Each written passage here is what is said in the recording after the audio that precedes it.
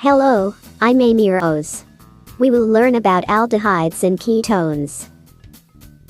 Let's start with aldehydes.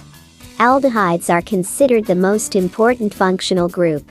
They are often called the formyl or methanol group. Aldehydes derive their name from the dehydration of alcohols. Aldehydes contain the carbonyl group bonded to at least one hydrogen atom. Let us denote any element R with at least one hydrogen atom. The suffix of aldehyde is al. Let's take one carbon atom for example, just like you learned about IUPAC systems. For one carbon atom, there is a double bond between carbon and oxygen. We now get CH2 double bond O. We call methanol. Similarly, two carbon atoms, one with a double between carbon and oxygen, called ethanol, has its formula of CH3CH double bond O next, triple carbon atom called propanol. There can be of two different positions. Double bond can be of either side. Its formula is C3H6 double bond O. No matter how far you can find out. You might have seen the cyclic structure of alkanes? If not, let me show you. Let us consider cyclohexane as an example. It is hexagonal in shape. Once you will attach the aldehyde function. But IUPAC wants you to identify the longest chain that contains the functional group.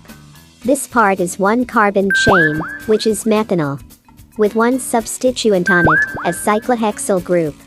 The IUPAC system will name this structure cyclohexyl methanol. And ketones on the other hand, if neither is hydrogen, the compound is a ketone.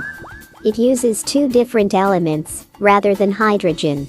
The suffix of ketone is -one. Now, why is it impossible to have either one or two carbon atoms in ketone structure? This gives only the minimum number of carbon atoms 3. Such as propanone, C3H6O, the double bond atom is in the center of a carbon atom.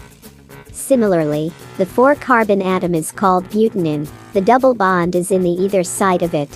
Its formula is C4H8O. So far when you increase, there will be many possible branched structure and the positions of double bond. One thing for the basic applications. Aldehydes can be used in embalming fluids, killing pests on plants to tanning animal hides, etc. And ketones are used in nail polish removers, is an organic solvent that may include coloring, scents, oils, and solvents. And welding for acetone purposes. It effectively removes dirt, grease and staining from metals, which allows for a better, and sometimes stronger, weld.